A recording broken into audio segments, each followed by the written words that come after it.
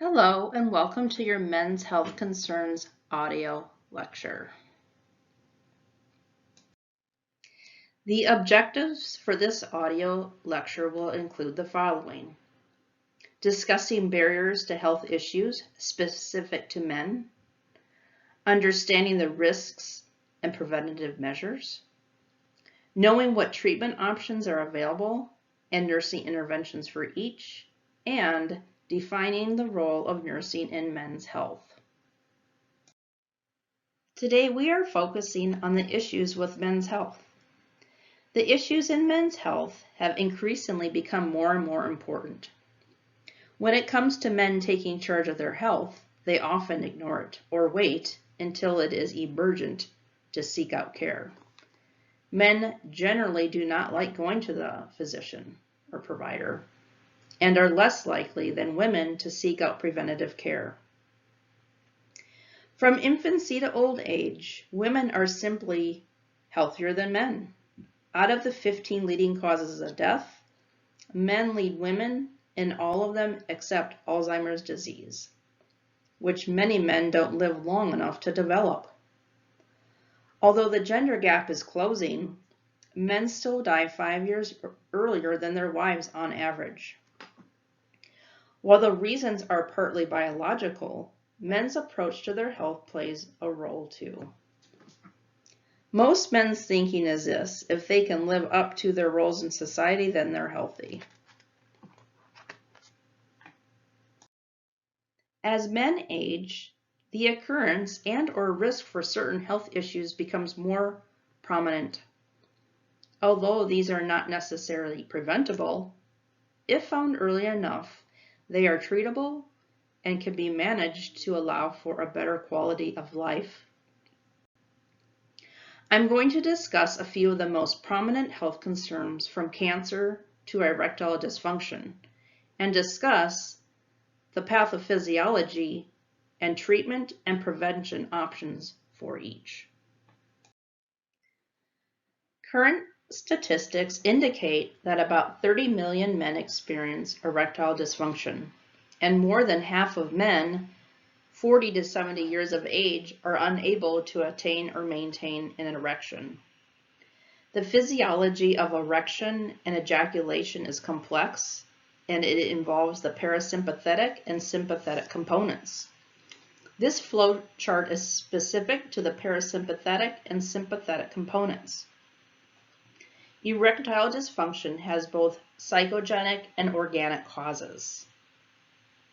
Psychogenic causes include the following: anxiety, fatigue, depression, negative body image, absence of desire, trust, and relationship issues.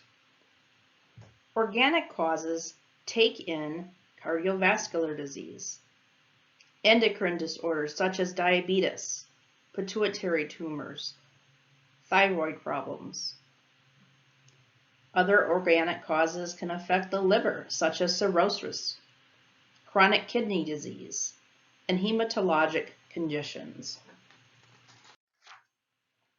The diagnosis of erectile dysfunction requires a sexual and medical history. You will have to identify and analyze presenting symptoms. The physical exam includes neurological assessment as well.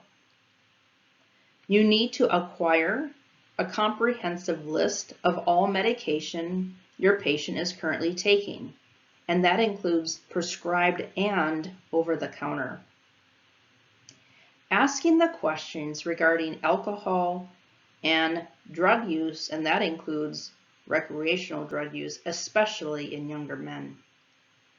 One lab test that may be conducted is by using a Doppler probe to determine arterial blood flow to the penis. A nerve conduction test may be ordered. Extensive psychological evaluations may be carried out. The nocturnal penile Tielemans test checks whether a man is having normal erections during sleep. So that's the NPT test. Treatment for erectile dysfunction can be medical, surgical, or both. Treatment would be indicated of disorders of the following: alcoholism or drug abuse, improving diabetic management. Maybe it's just medications simply require adjustment. If the problem involves a hypothalamic pituitary gonadal dysfunction, endocrine therapy may be indicated. Vascular surgery is useful to improve penile blood flow. A therapist who specializes in sexual dysfunction can provide needed support if the problem is determined to be psychogenic. Pharmacological therapy will include the use of phosphodiesterase type 5 inhibitors such as Viagra or Cialis. Remember that erection involves the release of nitric oxide in the vasculature of the corpus cavernosum as a result of sexual stimulation. This leads to smooth muscle relaxation in the blood vessels, supplying the corpus cavernosum, resulting in increased blood flow and an erection. During sexual stimulation, the PDE5 inhibitors increase blood flow to the penis. These inhibitors are contraindicated in men who are taking organic nitrates, such as nitroglycerin, because if taken together can cause severe hypotension. In this case, the individual may be a candidate for injection of vasoactive agents. Penile implants are available in non-inflatable or inflatable types. Factors to consider are ADLs, social activities, and personal expectations. Ongoing counseling is usually indicated for these patients to help them adapt to the implant. According to the CDC in 2018, 24 million people acquired one or more sexually transmitted infections. The age group most frequently affected are those between the ages of 18 to 24. Although STIs have declined over the past several years, STDs is on the rise with certain populations. All walks of life are affected. The greatest single risk factor for contracting an STI is the number of sexual partners. STI sources include the following, which are listed on the slide: urethritis. Sexual partners would need to be treated with antibiotics and to take the full round of antibiotics. Genital ulcers, which include genital herpes, syphilis, granulomas, and genital warts, which is the human papillomavirus. Assessment and treatment includes the following: taking a thorough history, including sexual history. Partners of men with STIs must also be examined, treated, and counseled to prevent reinfection and complications. Sexual abstinence during treatment and recovery is recommended. Synthetic condoms are advised for 6 months following treatment. Note that it is important to assess patients with one STI, as they are at a higher risk for having additional infections. Urethral discharge can happen to these patients due to sexual contacts.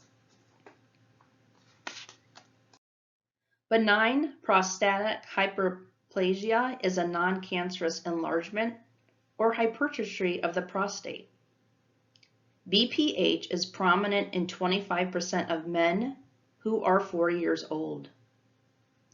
It will rise to 75% in men once they reach 70 years of age. There is no noted percentile difference between any race of males. Although, as mentioned, BPH is not a form of cancer, it can be in existence along with prostate cancer. BPH pathophysiology is not well understood. but hormonal levels are suspected as critical mediators. DHT is a metabolite of testosterone. Estrogens may also play part in the development of BPH. Men who smoke, regularly consume alcohol, obesity, reduced activity levels, and consume high-fat diets are known to be at risk. Those with hypertension, heart disease, and diabetes appear to possess a greater risk factor. There is a resistance in the prostatic urethra to mechanical and spastic effects and bladder pressure during voiding. Muscle strength and some neurological control is altered. The severity of symptoms tends to increase with age. Obstructive symptoms manifest as the following: urinary frequency, urinary urgency, nocturia, hesitancy in starting urination. Often a decrease or intermittent force of the urine stream is noted. So as the nurse, you're going to ask the patient about their force. Men may complain of the sensation that their bladder does not feel empty and may experience urine dribbling out after urination. They may feel as though they need to strain in order to begin the urine stream, and then note a decrease in the volume and force of the stream itself. In some cases, men experience the complications of urinary retention and recurrent urinary tract infections, UTIs. The health history will focus on the urinary tract, specifically the force of the urinary stream. The history will also focus on previous surgeries, family history, and on the overall health of the patient. Are they a potential candidate if surgery does become an option? When the provider does a digital rectal exam, which is DRE, he or she may note a large, rubbery, and non-tender prostate gland. The urinalysis is used to determine if hematuria is present, and does the patient have a urinary tract infection? The prostate-specific antigen, which is the PSA, is used to determine the possibility for the presence of prostate cancer.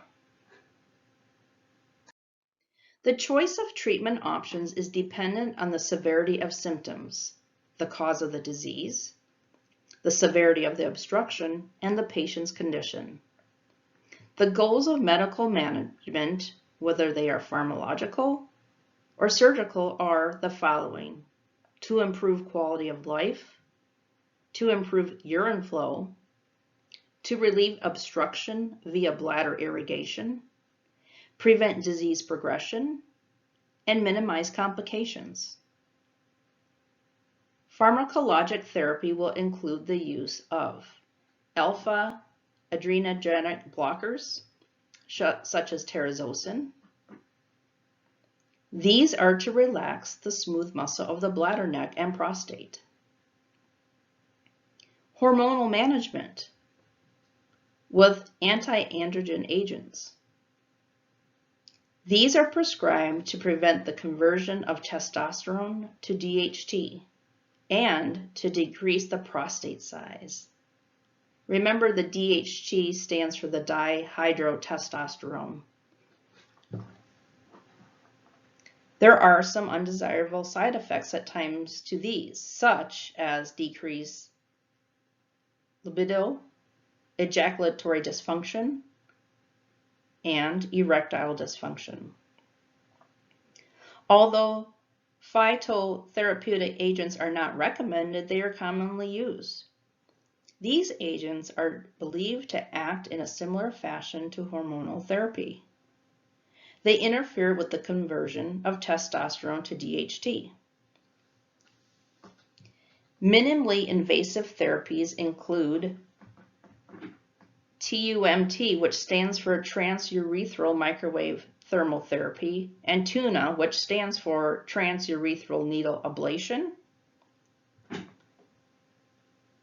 TUMT is a microwave therapy that applies heat directly to the prostate tissue, causing the area to become necrotic and slough. TUNA uses radio frequency to produce localized heat and destroy prostate tissue. And TURP, which stands for transurethral resection of the prostate, which we're going to talk about here on the next slide. Transurethral resection of the prostate. It's a surgical resection that is reserved for patients with moderate to severe lower urinary tract symptomology and urinary retention. For relief of acute urine retention, hydronephrosis, severe hematuria, and recurrent UTIs, or for palliative relief of intolerable symptoms. The TURP is the benchmark for surgical treatment. The inner portion of the prostate is surgically removed through an endoscope that is inserted into the urethra. Dependent on post-op bleeding and in patients without intra-op complications, this can be done on an outpatient basis or with a very short in-house hospital stay. This patient would require CBI, which stands for continuous bladder irrigation, to prevent blood clot formation post-surgery. On this slide, this is to provide to you with current statistical information on prostate cancer, which I'm going to talk to you about next. Prostate cancer in its earliest stages is often asymptomatic. The symptoms that usually develop later are due to urinary obstruction. Patients may experience blood in the urine or semen and complain of painful ejaculations. Once the cancer spreads to the lymphatic system and bone, symptoms may include the following: backache and hip pain, perineal and rectal discomfort, anemia, weight loss, weakness, nausea, oliguria, and spontaneous bone fractures. Prostate cancer has an extremely high rate of cure with early detection. The cancer is confirmed by examination of tissue removed surgically, or with transrectal needle biopsy or fine needle aspiration. Tissue is examined histologically and categorized as low, intermediate, or high risk. A normal PSA level is considered to be a 4. For men in their 50s or younger, a PS level should be below 2.5. Older men have a slightly higher PS levels than younger men. Testicular torsion is a medical emergency requiring immediate diagnosis to avoid the loss of the testicle. Torsion is a rotation of the testes, which twists the blood vessels in the spermatic cord and therefore impedes the arterial and venous supply. The patients will present with complaints of a sudden onset of severe pain. They may be nauseated, lightheaded, and a swelling of the scrotum may be visible on examination. There will be significant testicular tenderness, a thickened spermatic cord, and a swollen, painful scrotum. An attempt may be made to reduce the torsion manually, but if unsuccessful, surgery must occur within 6 hours of onset in order to save the testes, and that's due to disruption in blood flow. Testicular cancer is a fairly rare type of cancer that affects men between the ages of 15 and 35. It is a highly treatable condition and is usually curable. Risk factors include history of an undescended testicle and a family or personal history of testicular cancer. The patient may present with a mass or lump on the testicle and usually a painless enlargement of the testes. When you consider nursing management, know that patients will be required to endure a long course of therapy and a significant time for follow-up. You will need to talk to your patients about the importance of adhering to follow-up appointments. You will also need to stress the importance of performing regular testicular self-exams. If the patient requires a teaching session, certainly offer to have a male nurse be involved in this process. Testicular examination should be done in a warm environment. Post-surgical nursing interventions are going to require the following: vital signs, fluid balance, urine output, including color, clarity, amount, and characteristics, catheter function and drainage if indicated, pain level and effectiveness of interventions, signs and symptoms of infection, post-operative activity level, urinary elimination after removal of a catheter if indicated. Education will be required for signs and symptoms of a UTI that should be reported immediately. Common problems that can occur after surgery, such as retrograde ejaculation after a TURP. The reasons to seek medical care would be a fever, inability to void, and passage of bloody urine. It's important to note for the follow-up and monitoring of every 3 to 12 months for the need for digital rectal examinations and PSA level evaluations every year. Continuous bladder irrigation, or CBI, is used to prevent bladder obstruction by clots or mucus. The purpose is to prevent blood clots from forming, to allow free flow of urine, and to maintain indwelling catheter patency by continuously irrigating the bladder with normal saline or sterile water. Continuous bladder irrigation requires a triple lumen indwelling urinary catheter that is inserted through the patient's urethra and advanced into the bladder.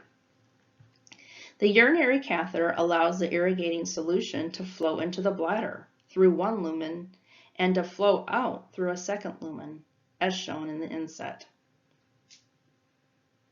The third lumen is used to inflate a balloon that holds the urinary catheter in place. The equipment that would be used would be a 3-way catheter. There's 3 lumens, 1 balloon port, 1 for an irrigation port, and a drainage port. Normal saline irrigation bags as per facility policy. A CBI set enclosed urinary drainage bag with anti-reflux valve.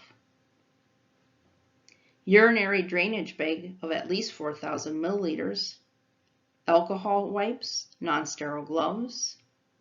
PPE is not required, but often a personal preference. Often the pressure used to irrigate in person is much different than that in the lab, and you could get sprayed with urine and or bloody drainage. We would also place a chuck pad near the catheter as well, and have an IV pole to put our irrigation bags up. CBI indicators and complications include the following.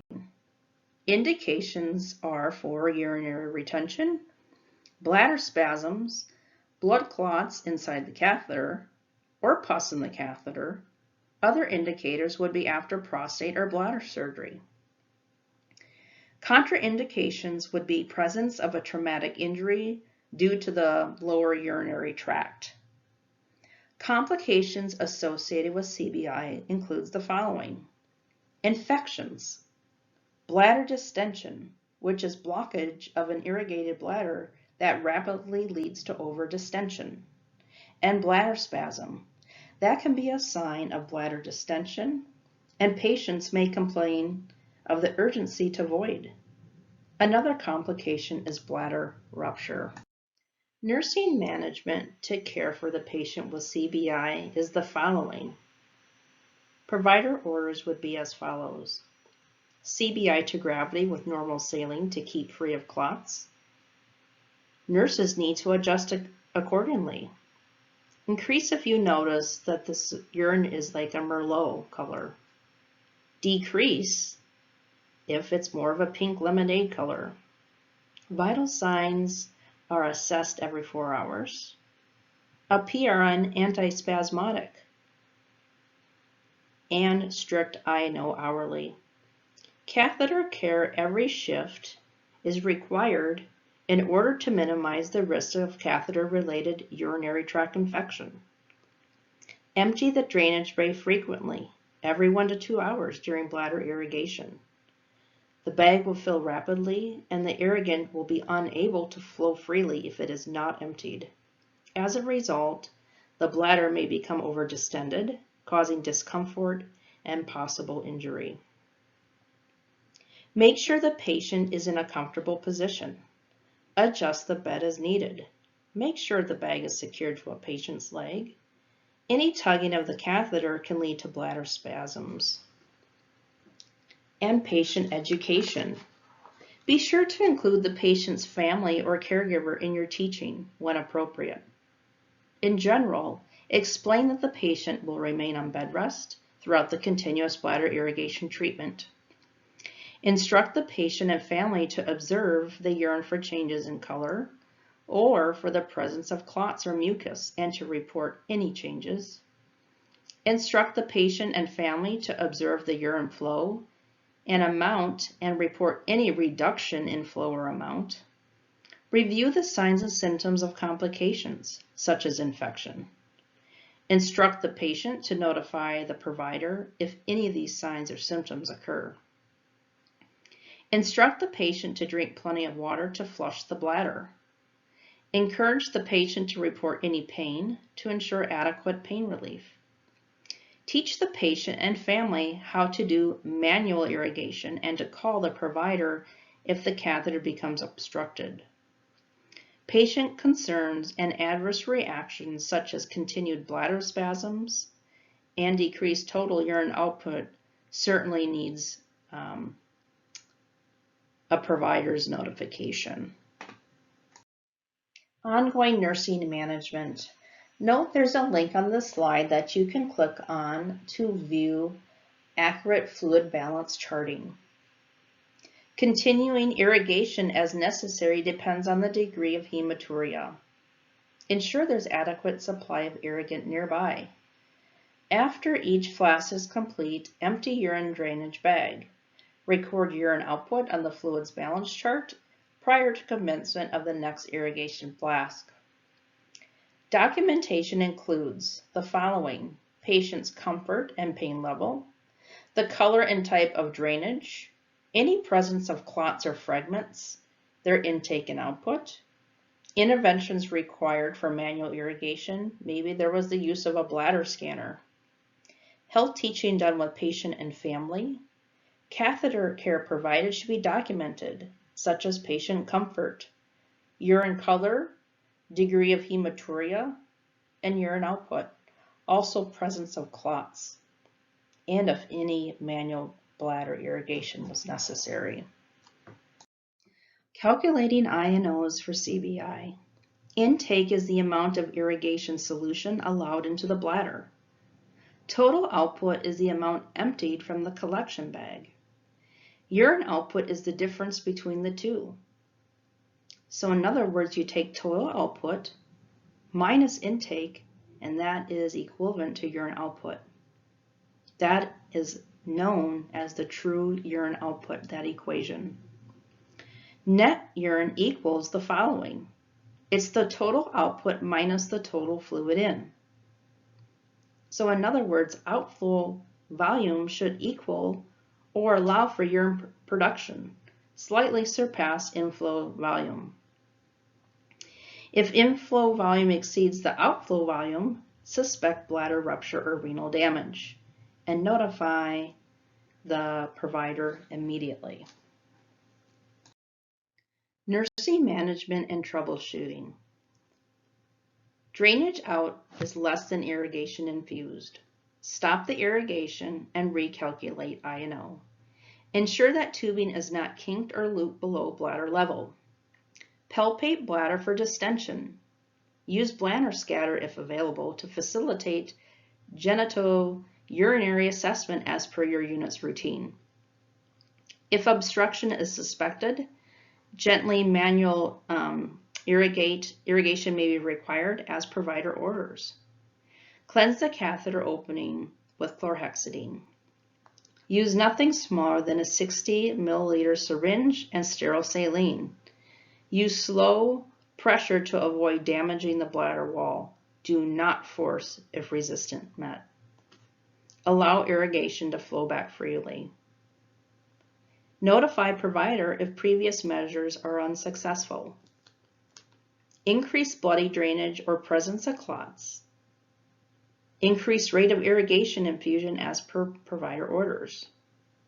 Or if bright red bleeding appears during continuous bladder irrigation.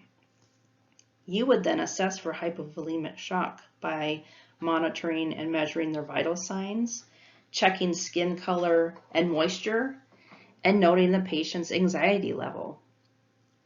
Leave the irrigation drip wide open and notify the healthcare provider.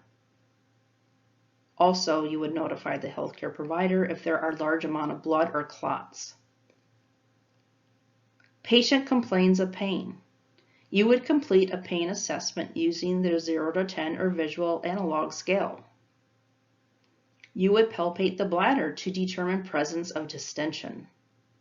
Check drainage tubing for kinks.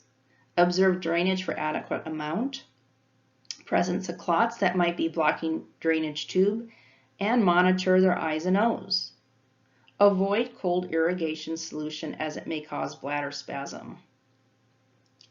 If the patient is confused and agitated, you would assess if the patient is oriented to time, person, and place. Notify the provider of patient's change in level of consciousness. Have relevant information ready to share with the provider, such as the amount of opioids received, the amount of CBI received, true urine output, and the time of onset of alteration in orientation. Monitor their sodium levels. Is that causing confusion? In TERP syndrome, it's an overload of fluid through the prostatic sinuses, which can lead to dilutional hyponatremia, confusion, and hypertension. There might be solution leaks around the Foley catheter. You would need to assess for bladder spasms and considering an antispasmodic, such as Buscopan. Manual irrigation is required when a catheter cannot be unblocked. If the catheter is blocked with incrustation, it will require changing. A provider's order is required to perform this procedure.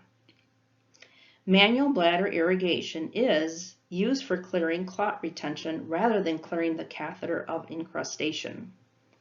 This involves flushing a urinary catheter manually with a catheter tip syringe and normal saline.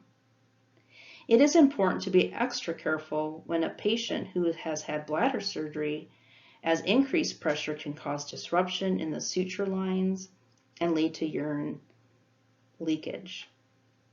Patient safety. Avoid open catheter irrigation unless it is needed to relieve or prevent obstruction. The procedure requires breaking or opening the connection between the catheter and drainage bag of a closed urinary drainage system. Maintain strict asepsis during open catheter irrigation to minimize contamination and subsequent development of a UTI.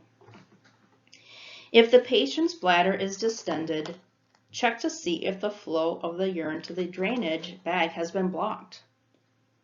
When performing open irrigation, do not force the fluid through the tubing. Again, do not force it. The catheter may have become completely occluded.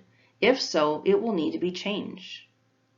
When would you perform this manual bladder irrigation? It's if you are concerned the catheter is not draining. if there are clots in the tubing, if the urine is getting darker or heavier like tomato paste or tomato sauce.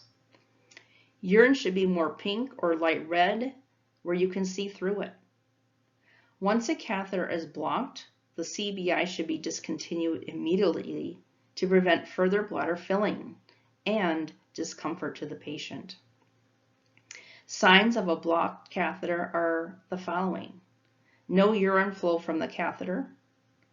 The patient may appear diaphoretic, tachycardic, hypotensive, and may have no urine output. The patient may have suprapubic distension, severe discomfort in the lower abdomen, and fluid bypassing around the catheter. Preparation for intermittent and/or manual bladder irrigation is the following: verifying the order in the medical record. The order should specify the irrigation method to be used, such as continuous or intermittent. The order should include the type of solution, such as sterile, saline, or medicated solution, and the amount of irrigant needed. The type of catheter that is in place as well. You will be palpating the patient's bladder for distension and tenderness. Assess the patient for abdominal pain or spasms, sensation of bladder fullness, and leakage of urine around the catheter. Observe the color, amount, and clarity of the urine, and check for mucus, blood clots, and sediment. Monitor I's and O's. If continuous bladder irrigation is being performed, the amount of bladder drainage should exceed the amount of fluid instilled. Assess the patient's knowledge of the purpose of catheter irrigation. Post-procedure documentation includes the following: record the irrigation method used, the amount of and type of irrigation solution used, the amount of drainage, the characteristics of the output, total urine output total, and the patient's tolerance of the procedure. Report to the healthcare provider any catheter occlusion, sudden bleeding, infection, or increased pain. Record I and O's on the appropriate flow sheet.